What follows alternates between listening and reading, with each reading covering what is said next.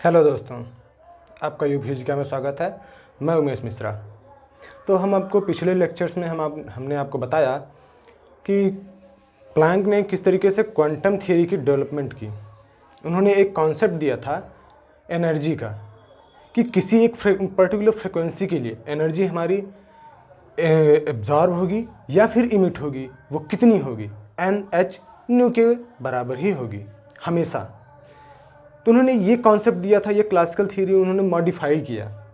तो उससे हमारा क्या निकल के आया था कि जो क्वांटम मैकेनिक्स में,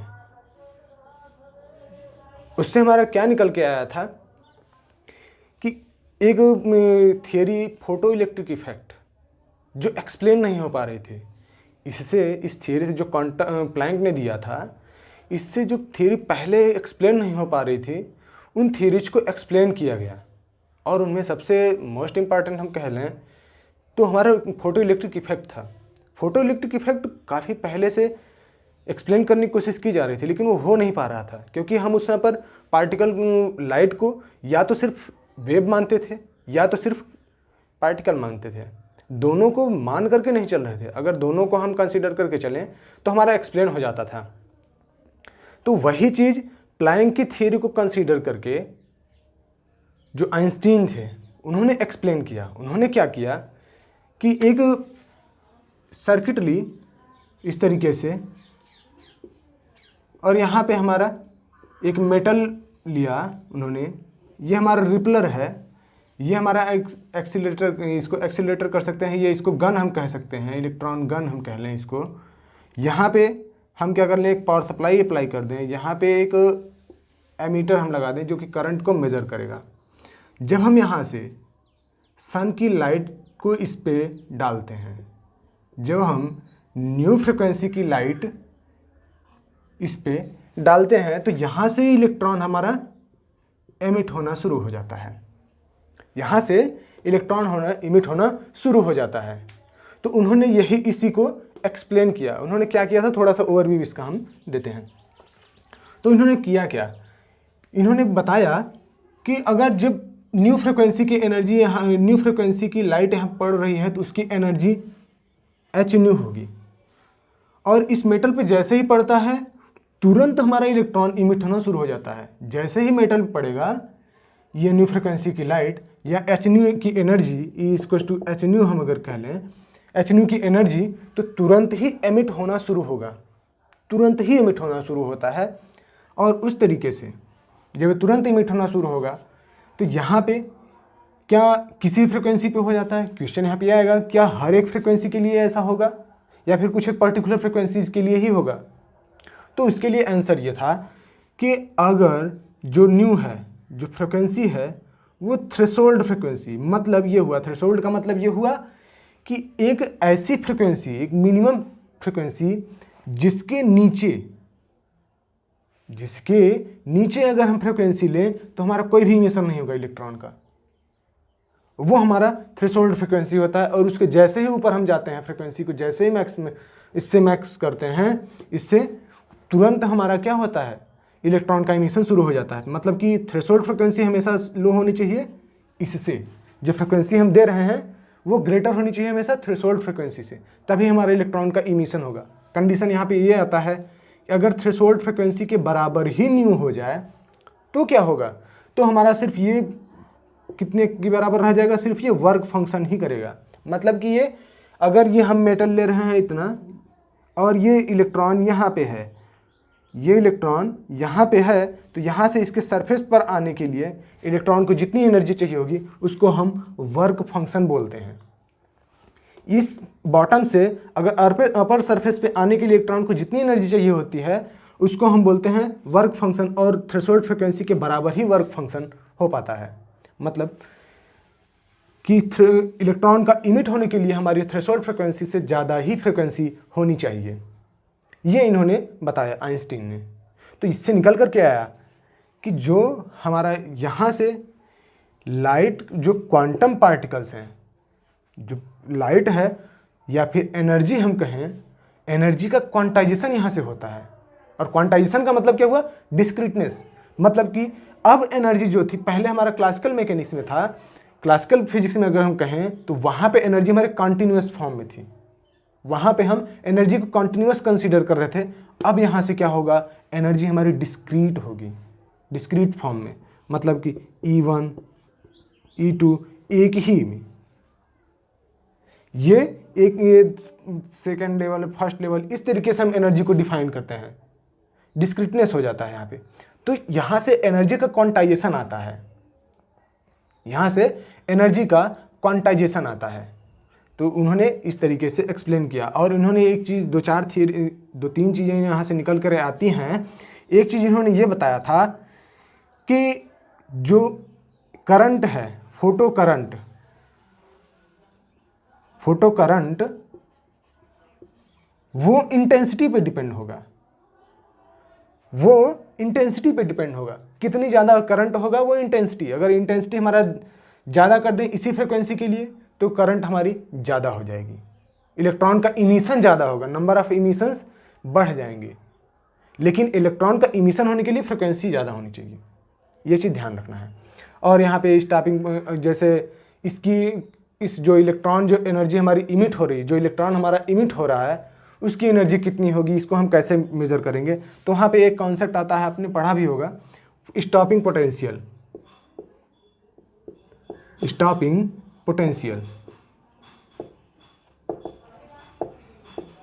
स्टॉपिंग पोटेंशियल में क्या होता है कि यहाँ पे ये हमारा प्लस माइनस में है, तो यहाँ पे हम इसको रिपेल अगर कर दें, यहाँ पे हम इसको चेंज कर दें, इसको हम प्लस ले लें, ये माइनस हो जाए हमारा, इसको हम माइनस कर दें, इसको प्लस कर दें, तो ये रिपलर की तरह काम करने लगेगा।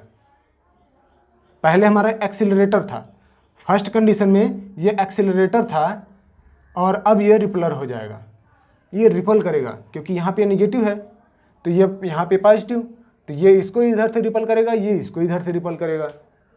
तो यहाँ पे क्या हो रहा है कि रिपलर की तरह काम कर रहा है। और ये रिपलर की तरह जब काम कर रहा है तो उसकी काइनेटिक एनर्जी कितनी होगी, इस इलेक्ट्रॉन की के हम अगर कह लें तो वो कितना होगा, वो इतना होगा जो एनर्जी हमारी यहाँ पे आ रही है h न्यू माइनस ये कितना ज़्यादा अमाउंट, ये मेटल कितने अमाउंट थ्रेशोल्ड फ्रिक्वेंसी पे ये इलेक्ट्रॉन को इमिट करेगा, माइनस कर दें, मतलब कि जो वर्क फंक्शन है उसको माइनस कर दें, तो वो हमारी आती है काइनेटिक एनर्जी, वो हमारी काइनेटिक एनर्जी आती है। इसको हम हाफ mv² भी कह सकते हैं, उतनी ये मैक्स v मैक्स होगा, ये वेलोसिटी उसकी मैक्सिमम होगी इस पे। तो ये चीज़ होता है हमारा photo electric effect. Photo electric effect का हमने थोड़ा सा ओवरव्यू देखा। अब हम देखते हैं कि इसके बाद जब इन्होंने दे दिया, तो जब मैक्स प्लैंक ने क्लासिकल में थोड़ा सा चेंज किया, तो फोटो इलेक्ट्रिक इफेक्ट के आइंस्टीन ने उसके सहारे से, मैक्स प्लैंक के सहारे से इन्होंने इसको एक्सप्लेन किया। अब यहाँ पे एक उस समय पर सबसे बड़ी प्रॉब्लम और भी चल रही थी, जो कि हाइड्रोजन एटम, जो एक्सप्लेन नहीं हो पा रहा था। हाइड्रोजन एटम एक्सप्लेन नहीं हो पा रहा था, ठीक है। तो वहाँ पे क्या दिक्कतें आ रही थी, अभी हम इसको देखते हैं, फिर उसके बाद उसको एक्सप्लेन करने की चीज़ देखते हैं, ठीक है। तो हम अब देखेंगे कि नील्स बोर ने हाइड्रोजन एटम को कैसे एक्सप्लेन किया था। उसके पहले, इनके एक्सप्लेनेशन से पहले हम थोड़ा सा ओवरव्यू इसका देखते हैं कि प्रॉब्लम्स क्या थी इसमें। तो हाइड्रोजन एटम में जो एक्सपेरिमेंटली हम ये कह लें, कोई एक्सपेरिमेंट करें कि ये हमारा एक तरीके से हाइड्रोजन, ये ट्यूब है, ये एक ट्यूब है जिसमें हमने हाइड्रोजन डाला है, ये हाइड्रोजन इसमें हमने डाला है। अब यहाँ पे अगर हम इसको हीट कर रहे हैं, मतलब कि यहाँ पे इलेक्ट्रिक फील्ड, मैग्नेटिक फील्ड, या फिर इसको हम किसी तरीके से हीट प्रोवाइड करके यहाँ से हम अगर रेडिएशन प्रोड्यूस करते हैं, यहाँ से अगर इसको हम हीट करेंगे तो यहाँ पे रेडिएशन यहाँ से निकलेगा। और इसको जब एब्जॉर्व किया गया, इसको जब हमने देखा, इसको जब मेज़र किया, तो वहाँ मेज़र किया तो वो कितना आ रहा था, 656 नैनोमीटर, ठीक है। दूसरा हमारा 486 नैनोमीटर, ठीक है। और तीसरा हमारा क्या आ रहा था, 438 नैनोमीटर, ठीक है, 438 नैनोमीटर, और फोर्स हमारा क्या आ रहा था, 410 नैनोमीटर। ये नैनोमीटर्स में ही है, ठीक है, ये नैनोमीटर्स में है।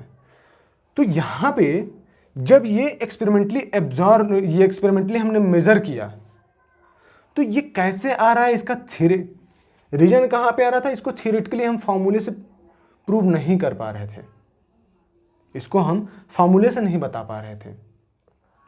तो उस समय पर एक साइंटिस्ट थे, मैथमेटिशियन थे, उन्होंने इन सब को देख करके, इन सब को मेजरमेंट करके उन्होंने एक फार्मूला निकाला जो कि इस तरीके से था, wavelength 1/, wavelength equals to R, ये हमारा एक कोई कांस्टेंट, हम सुटेबल कांस्टेंट ले लें तो 1/2² माइनस 1/n²। और ये अगर n इक्वल्स टू हम 3, 4, 5, 6 इस तरीके से हम करते जाएं, देखते जाएं, तो सारी की सारी वेवलेंथ जो यहाँ पे अगर हम एक सुटेबल r अगर हम लें, ये इस कांस्टेंट की, ये कोई कांस्टेंट है, हम इसकी वैल्यू लें, तो सारे के सारे वेवलेंथ इसी ऑर्डर में आते हैं, ये ही हमारे आएंगे। और एक चीज़ यहाँ पे ये भी आता है, ये हमारा करेक्ट ही 656 नैनोमीटर ही आता है। ये 656 नैनोमीटर, 438 और 410 नैनोमीटर, ये हमारे करेक्ट आते थे मेजरमेंट, ठीक है। तो ये प्रॉब्लम्स हमारी आने लगी। तो अब इसको एक्सप्लेन कैसे किया जाए, इसके लिए बोर ने कुछ एजम्पशन लिए, वो हम एजम्पशंस अभी कंसीडर करके देखते हैं। हम क्लासिकल थियरी में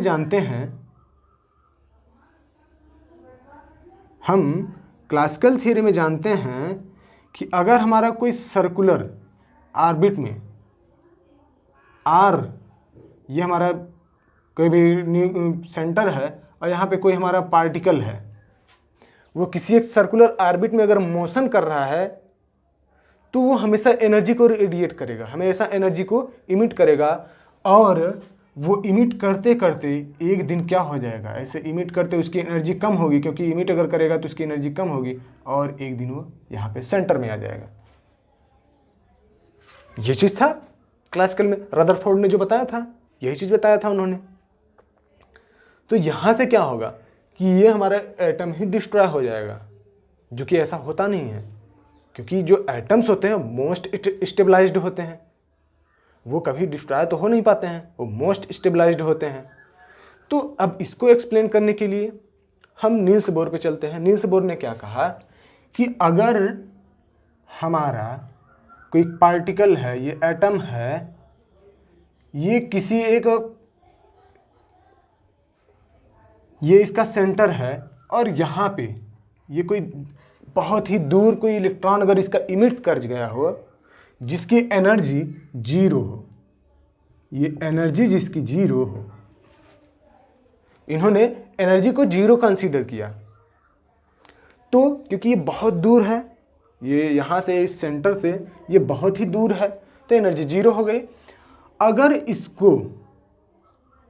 अगर इस पार्टिकल को हम इस सर्कुलर ऑर्बिट में अगर स्टेबलाइज करना चाहें, तो क्या होगा, हम यहाँ पे इसको स्टेबलाइज कर लेते हैं, यहाँ से इसकी ये r रेडियस में हम इसको सर्कुलर ऑर्बिट में इसका मोशन करा रहे हैं। तो यहाँ से जब यहाँ पे आएगा, तो इसकी फ्रीक्वेंसी न्यू होगी, कुछ फ्रीक्वेंसी इसकी न्यू होगी। ये हमारा पॉजिटिव है, ये निगेटिव है, ये हमारा पॉजिटिव, ये निगेटिव, क्योंकि इलेक्ट्रॉन को हम कंसीडर कर रहे हैं। तो उस कंडीशन में क्या होगा, हम पहले क्लासिकल थियरीज को देखते हैं, फिर उसके बाद देखते हैं बोर ने क्या किया था। क्लासिकल थियरी में हमारा यहाँ पे सर्कुलर मोशन हम जानते हैं। सर्कुलर मोशन से अगर हम निकालें, तो सर्कुलर मोशन में क्या था कि ये हमारा क्या हो रहा है, एक सर्कुलर ऑर्बिट में मोशन कर रहा है, तो उसकी एनर्जी उसमें उस पर अप्लाइड होने वाला फोर्स क्या होगा, उसकी फ्रिक्वेंसी क्या होगी, ये चीज़ हम डिटरमाइन कर सकते हैं।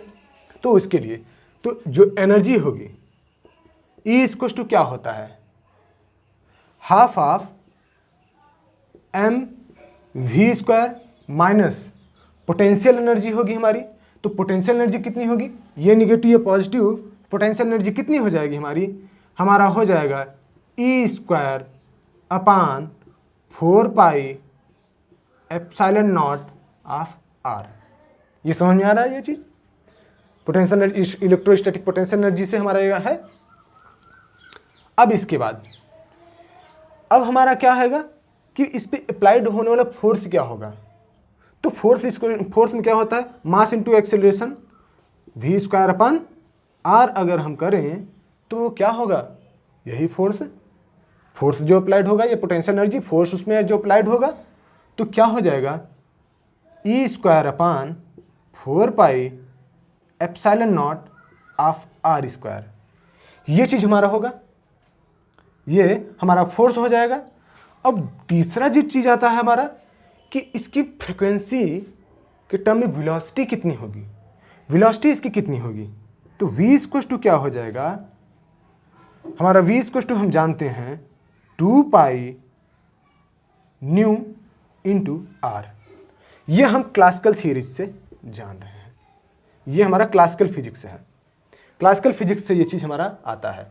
हम इसको अगर इसको हम देखें तो यहाँ से ये चीज़ हो जाएगा क्या हमारा, इसको और इसको हम अगर यूज करें तो हमारा क्या निकल के आएगा, क्योंकि यहाँ पे ये R यहाँ से कैंसिल हो जाएगा, तो यहाँ पे सिर्फ एक R बचेगा, एक ही R बचेगा, और जो कि यहाँ इसके बराबर है, तो एम भी यहाँ पे हाफ एम वी स्क्वायर है, तो E इक्वल टू क्या हो जाएगा हमारा, half of M V square minus M V square. तो यहाँ से क्या आएगा, E equal to minus of half M V square. ये चीज़ हमारा आया, ये इक्वेशन नंबर 3 इसको हम ले लें, ये हमारा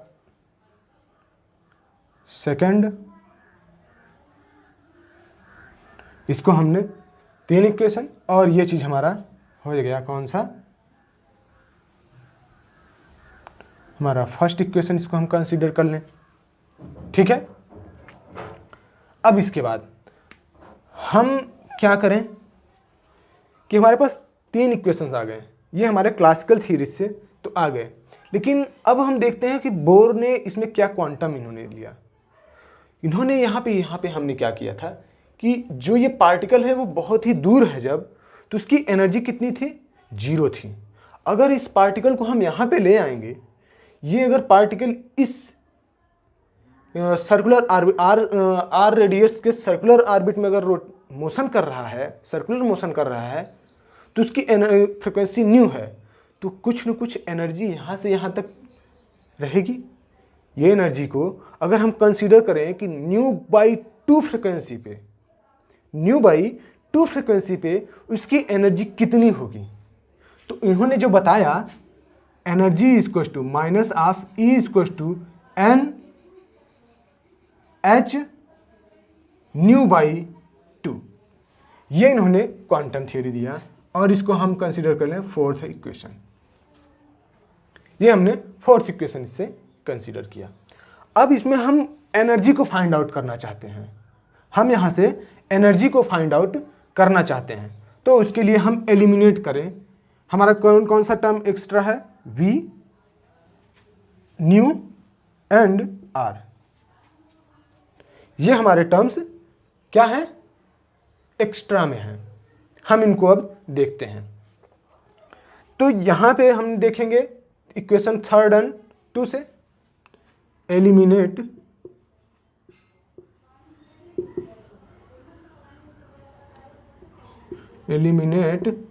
V न्यू R। हम इनको एलिमिनेट करना चाहते हैं, तभी हमारे एनर्जी निकल करके आएगी। तो यहाँ से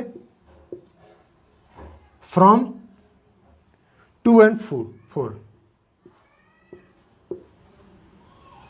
एंड 4, तो हमारा क्या निकल के आ रहा है कि यहाँ पे ν/2 और यहाँ पे v। तो हम यहाँ पे ये न्यू है, हम इसको अगर हम इसको निकालें तो क्या आएगा, यहाँ से हमारा क्या हो जाएगा कि न्यू इक्वल्स टू v/2πr, ये चीज़ निकल के आएगा, यही चीज़ निकल के आएगा। तो हम इसे यहाँ पे पुटअप कर दें तो minus of E equals to क्या हो जाएगा, NH और ये v/2πr, v/2 multiplied by 2πr, ये चीज़ हमारा आया, ये चीज़ हम फाइंड आउट किए।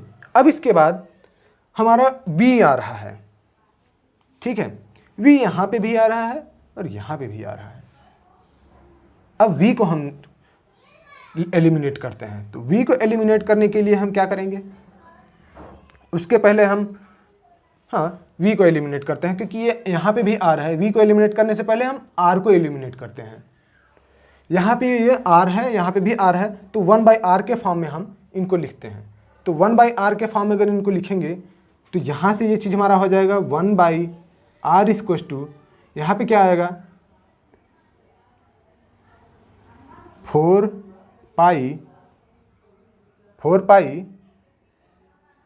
और e माइनस ऑफ, यहाँ पे हो जाएगा NHV।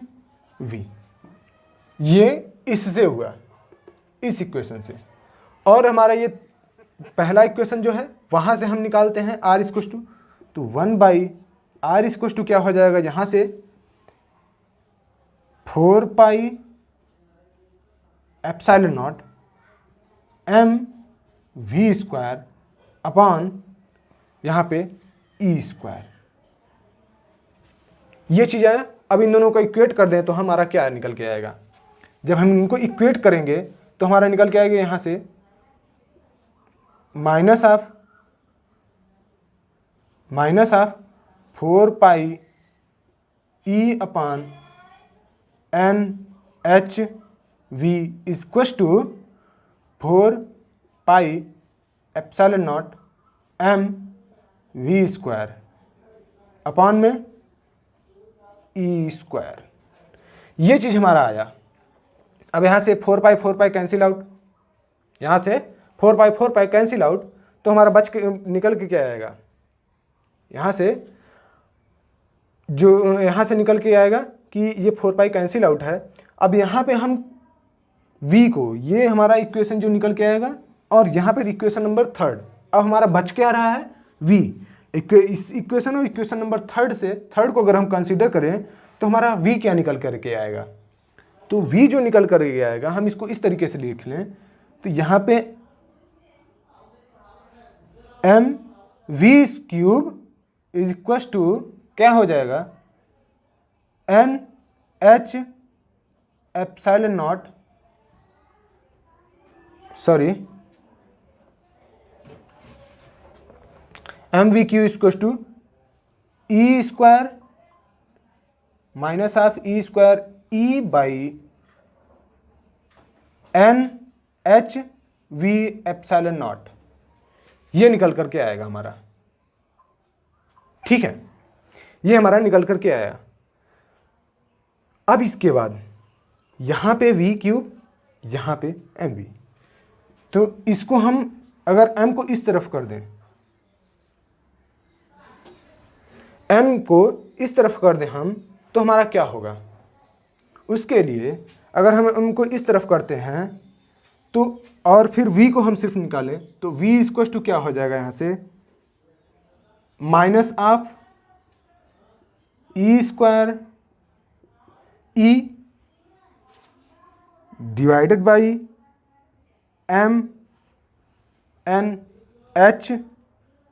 एप्सिलॉन, ठीक है, और पावर 1/3। यहाँ पे ये चीज़ होगा कि ये माइनस भी हम बाहर ले रहे हैं, तो हम इमेजिनरी क्वांटिटी में नहीं जा रहे हैं, क्योंकि हमें उसकी ज़रूरत नहीं है। और -1 का 3rd टाइम अगर हम मल्टीप्लाई करें तो भी वो -1 ही आएगा, तो इस वजह से हमने पावर अगर 1/3 कर रहे हैं तो भी ये -1 हमने लिख दिया, हमें इमेजिनरी कोई आवश्यकता नहीं है, ठीक है। अब इसके बाद ये तो हमारा v निकल आया। अब इसमें हम v की वैल्यू पुटअप कर दें, यहाँ पे v की वैल्यू पुटअप कर दें तो E इक्वल टू क्या आएगा हमारा, E इक्वल टू क्या आएगा, हाफ ऑफ m भी है, हाफ m v स्क्वायर। अब इसका स्क्वायर हम कर दें तो इसका स्क्वायर करेंगे जब हम, तो ये माइनस में है पहले से ही, यहाँ पे माइनस में है पहले, इसको हम माइनस को कंसीडर करके चलेंगे। ये minus E square E upon M N H epsilon naught power 2/3, ये चीज़ हुआ, ये चीज़ हमारा आया अभी। अब यहाँ पे देख रहे हैं हम कि यहाँ पे भी ई है, यहाँ पे भी ई है। अगर यहाँ पे 2/3 पावर ई हम इस बाहर कर लें तो यहाँ पे क्या आएगा, हम ऐसे अगर कर लें e टू द पावर 2/3 और इसको हम इस तरफ कर लें, अगर इसको हम इस तरफ कर लेंगे और डिवाइड करेंगे तो पावर 1/3 आएगा, क्योंकि 1 माइनस 2/3 अगर करेंगे हम पान में आएगा तो ऊपर ले जाएंगे तो पावर माइनस में आ जाएगा। तो 1 माइनस 2/3 अगर हम करें, 1 माइनस 2/3 अगर करें हम तो हमारा क्या होगा, e to the power 1/3 equal to आएगा हमारा minus of half m E square upon m n h epsilon naught power 2/3, ये आया हमारा, ये चीज हमारा आया। अब इसके बाद हम क्या करेंगे कि इसकी वैल्यू को हम निकालेंगे पूरी तरीके से। अब 1/3 पावर जो है उसको हम निकालेंगे, तो उसके लिए हम ये करें कि E अगर हम क्यूब इसका कर दें तो क्या आएगा, E equal to minus of 2 का क्यूब 8 होगा, 8 हो जाएगा, माइनस 1/8 m cube e to the power 4, क्योंकि अगर क्यूब करेंगे यहाँ पे पावर 2 स्क्वायर 4 हो जाएगा, अपान में इसका स्क्वायर होगा क्योंकि स्क्वायर में पावर क्यूब कर रहे हैं हम, तो ये हो जाएगा m square n square h square epsilon naught square. ये चीज़ हमारा निकल कर के आया एनर्जी। अभी यहाँ पे एक चीज़ और हम करते हैं, यहाँ पे क्या है, स्क्वायर है, यहाँ पे क्यूब है, तो हम थोड़ा सा रिड्यूस और कर लेते हैं, -1/8, तो हो जाएगा m e to the power 4 upon क्या हो जाएगा, n square h square epsilon naught square. ये हमारी एनर्जी निकल करके आई। किसकी एनर्जी, इस सर्कुलर ऑर्बिट की एनर्जी, जिसकी फ्रीक्वेंसी न्यू है। ये न्यू फ्रीक्वेंसी वाले सर्कुलर ऑर्बिट की एनर्जी निकल करके आई। या फिर हम ये कहें कि किसी भी, अब यहां पे जो n है, किसी भी number of level of energy के लिए एनर्जी का एक्सप्रेशन है, ये एनर्जी का एक्सप्रेशन है नील्स बोर के, ये नील्स बोर के एनर्जी का एक्सप्रेशन है। अब इसके बाद क्या हम करेंगे, ये h है, अब यहां पे अगर हम E = 1 कर दें फॉर n = 1, क्या होगा हमारा, E =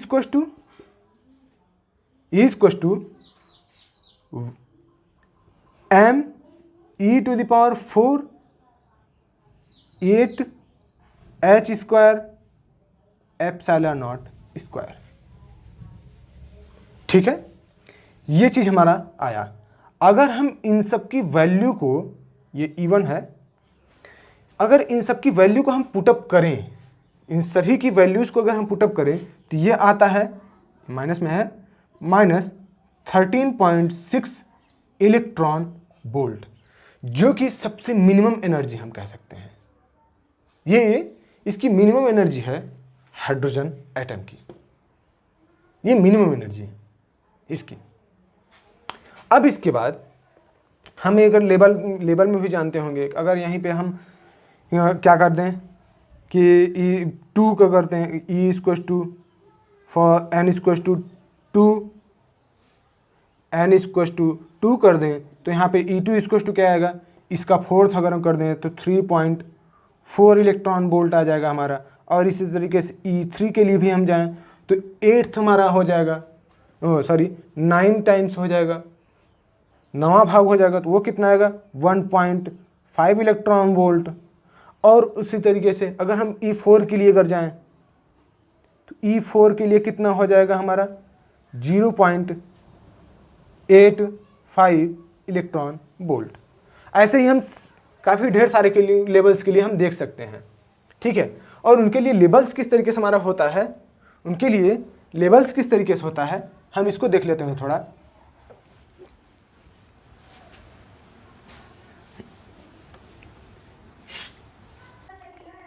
तो हमने यहाँ पे देखा कि अगर हम चारों को देखें तो यहाँ पे हमारी एनर्जी बार इंक्रीज हो रही है, यहाँ पे एनर्जी हमारी इंक्रीज हो रही है, इंक्रीजिंग ऑर्डर में है।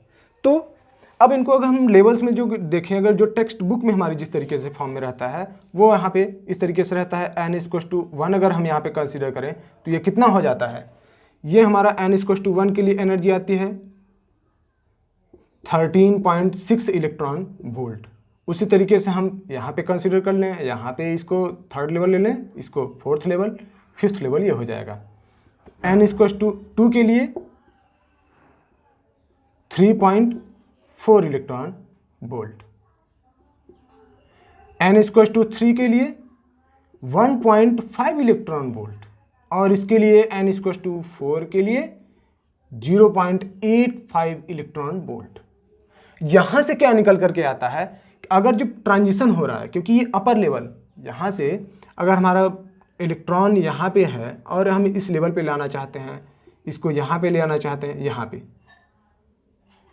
यहाँ पे ले आना चाहते हैं, तो यहाँ पे ट्रांजिशन हो रहा है, मतलब कि एनर्जी हमारी हायर से लोअर में आ रही है, लोअर से हायर में, ये इनिशियल ये फाइनल। तो वहाँ पे ट्रांजिशन जब हो रहा है तो एनर्जी कुछ रेडिएट होगी, कुछ न कुछ एनर्जी हमको मिलेगी। तो एनर्जी कितनी होगी, अगर हम डेल्टा ई निकालें, चेंज इन एनर्जी निकालें डेल्टा ई, तो कितना आएगा, initial energy ENI minus ENF।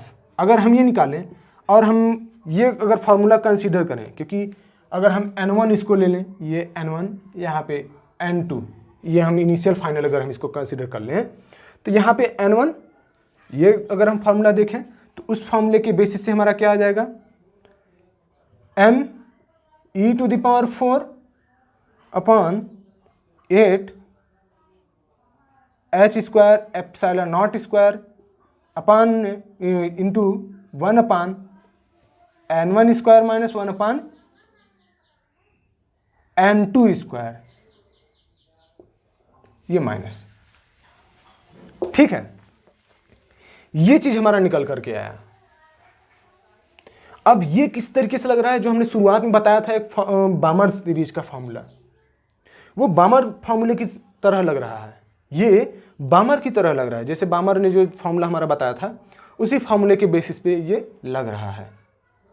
अब यहां से ये तो हमारा फॉर्मूला हो गया। अगर हम जो वेवलेंथ हमारी इमिट हो रही थी, जो वेवलेंथ हमारी निकल रही थी विजिबल रेंज में 656 नैनोमीटर, 410 नैनोमीटर, इस टाइप की जो वेवलेंथ विजिबल रेंज में निकल रही थी, अब वो वेवलेंथ को मेजर, ये तो हमारी एक्सप्लेन होगी एनर्जी। अगर हम यहाँ पे हम चेंज, अगर वेवलेंथ को मेजर करें, अगर हम वेवलेंथ को मेजर करें तो वो कितना आएगा, hc अपान डेल्टा ई।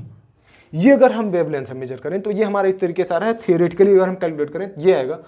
और ये वेवलेंथ एग्जैक्टली इन वेवलेंथ के बराबर आएगी, एग्जैक्टली इनके बराबर आ रही है।